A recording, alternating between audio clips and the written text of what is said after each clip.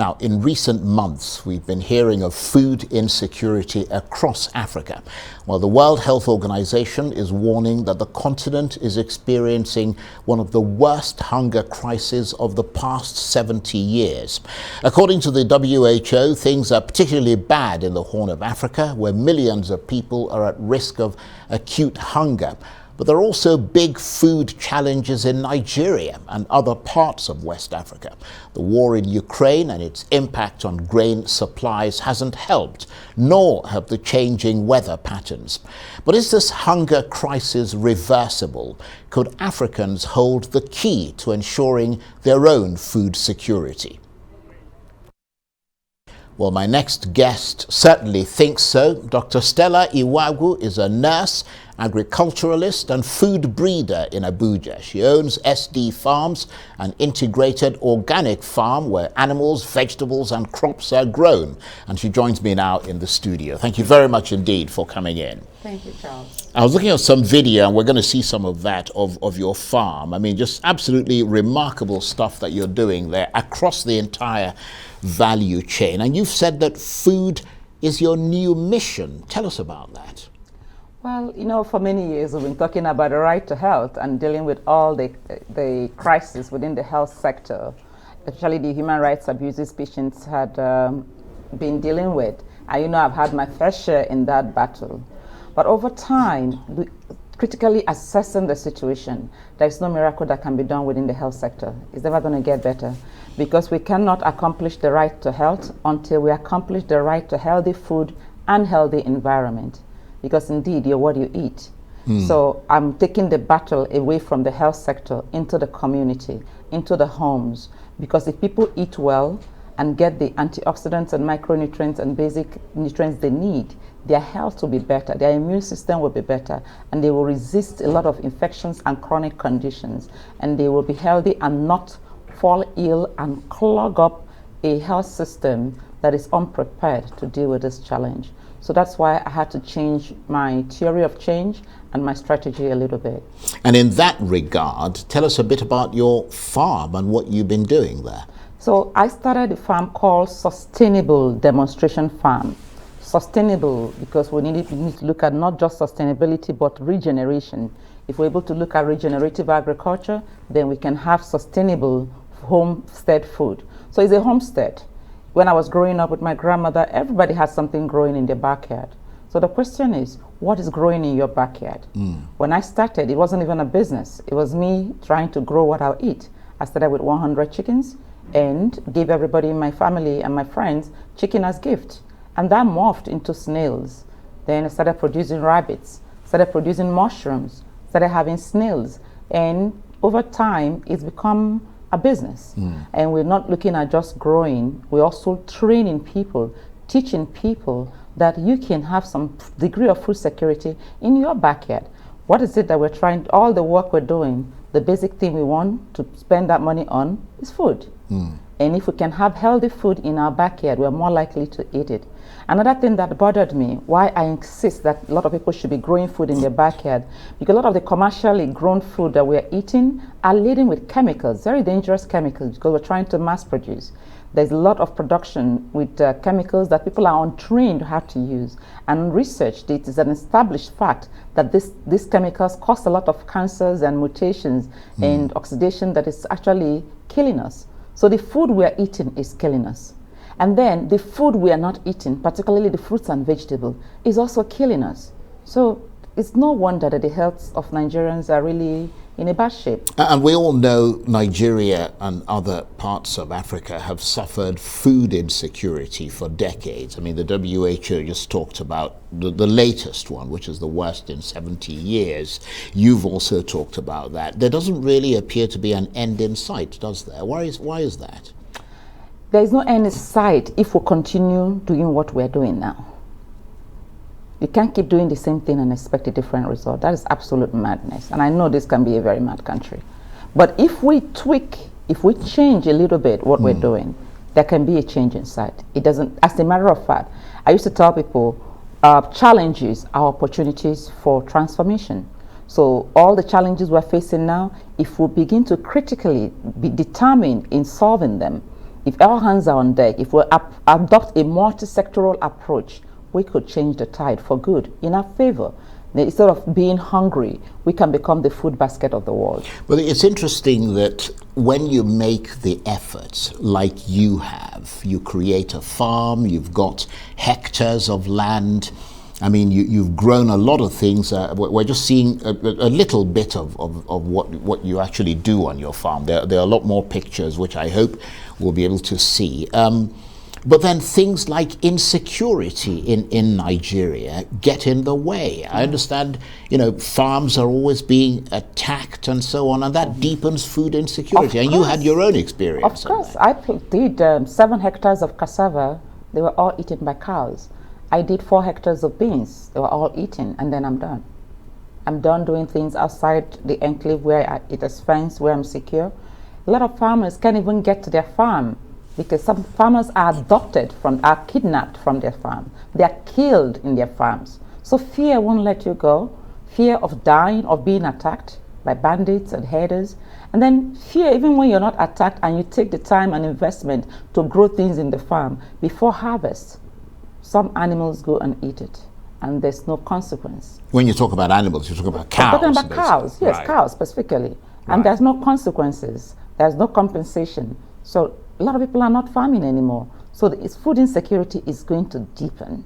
It's going to be really serious until we tackle the issue of insecurity, until we tackle the issue of cows marauding and taking over people's farms.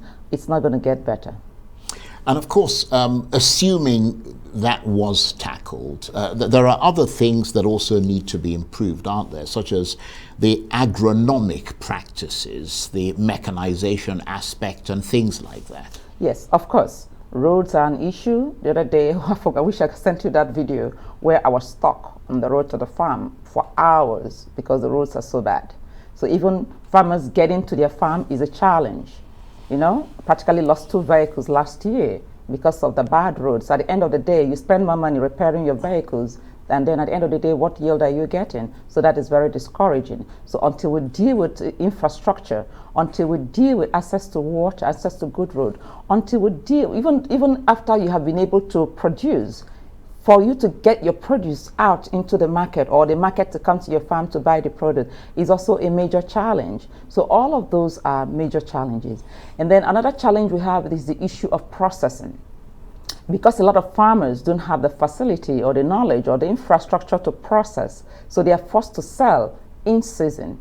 And then there's a glut. The prices are cheap. They are at the mercy of aggregators and middlemen. Then, of course, if they don't sell, a lot of them lose their crops. So that's one of the reasons, especially during COVID when we couldn't sell our crops, our harvest, we resorted to dehydrating. And that had led to the production of almost 27 products that were able to dehydrate and package. But how many farmers have access to that? Even at that, it has its challenge because to dehydrate, we need a lot of diesel. At the time when we were dehydrating last year and early this year, diesel was about 300 naira per liter. Now it's 830 naira per liter. So it makes it completely ineffective. It makes it really very difficult and very challenging. So there's so much that is against... it sounds utterly depressing, I have to say. It is depressing. Everybody asks me, what are you doing here? Why didn't you just go back to America? But I'm just determined that there must be a way. I'm just hoping that there will be a change in governance. And even, like I tell people, that the fact you bring a Messiah to Nigeria to head Nigeria does not mean anything is going to change until Nigerians begin to also change the attitude. You can't keep doing the same thing and expect a different result. So a key part of this is obviously establishing the value chain. And to make that possible, you've got to create the enabling environment, security and all the rest of it, but also critically investment. Investment. For example, the things I'm doing, if I can get some serious investment, if I can get some loan, if I can get some grant, if I can get some angel investors, I will be producing at a massive rate. We'll be marketing, creating market for our products. And as we are producing, of course, we can't even be able to meet the market demand. It means we have to employ more people and teach them our method because we do organic farming throughout. And we need to train them on how to produce this. The other day I was at an exhibition and a Canadian came to the stand and said, oh, are these certified organic? I said they are not certified organic because it is very expensive to certify this thing organic. So even those that are producing organic, I say, oh, if it's not organic, it can't come into Canada. You understand? So those are also challenges of certification because it's very expensive to certify. And organic farming is also a little bit more expensive because you don't have access to those chemicals or you're not using it. And it is just mind-boggling that these chemicals are thrown into this country with little or no regulation, and then we produce food with them and they don't want it. And yet our people are consuming it, and we don't have the health infrastructure to deal with the health consequences that come out of consuming these things. So regulation is important, infrastructure is important across board, and of course access to market.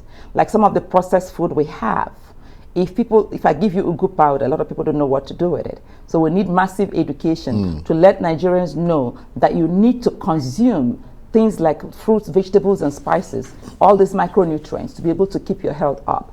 Because a lot of time we focus on carbohydrates and lots of protein. But as we age and now we're exposed to this, we're exposed to chronic health conditions that are amenable to both treatment and prevention when we're consuming a lot of the antioxidants that are packed in fruits, vegetables, herbs, and spices. And you hold sort of education classes, don't you, on your farm? Oh, of course we do. We hold education classes in training. We train people on mushroom production, snail production, rabbitry, across board. And then we also, for example, in the farm, we produce pig.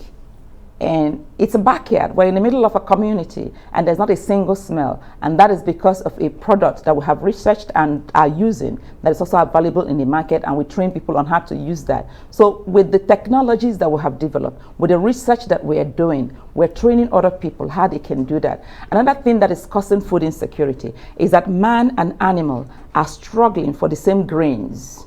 So it makes it very expensive. Do you get the grains to feed your cow, or to feed your rabbits or your chicken, or do you use it for man? So we need to begin to look at alternative sources to feed animal. For example, we're using cassava waste, cassava peels. We're using cassava peels to feed our pigs as an alternative to maize. So that brings the cost of production down. But there's a technology that we also need to teach people, because there are a lot of research that are being done in our institutions. Many of these researches are in the shelf. They are not getting to the end users. We need serious extension services that will enable us take the information that is in those research and bring it to the people. I have a lot of IT students coming from different universities in Nigeria that come to the farm, and they are in awe when they come to the farm, because a lot of what I'm teaching them they've never heard about, even though they've spent 4 years in the universities of agriculture. Well, I have to say it's absolutely fascinating talking with you. I mean, you've obviously done, and you made there's a key word you use there, research. That's an important thing that will also help to develop the yield, isn't it? Because if you do the research, then the production levels will go up and all the rest of it. Yeah, like soil, the health of your soil determines the output of your crop. And that is why people are using so much fertilizers and pesticides, and those pesticides are killing both the good organisms and the bad organisms. So the fertilizers are overutilized and they're killing. So when your soil is not healthy, of course, how healthy can your plant be? So research is enabling us to know what are the things you put into the soil. Nature, using nature to upgrade the quality of your soil. Without living things in microbiomes in your soil, you can get good output. Without regulating the water, each crop requires a certain amount of water, a certain amount of sunlight, and people need to know what works, and that is research. But research is nothing if we cannot translate it to action and to products. Fascinating. Thank you very much indeed. Dr. Stella Iwuagwu is a nurse, agriculturalist and food breeder in Abuja, and she owns SD Farms, which is an integrated organic farm. Thank you very much indeed. You're welcome.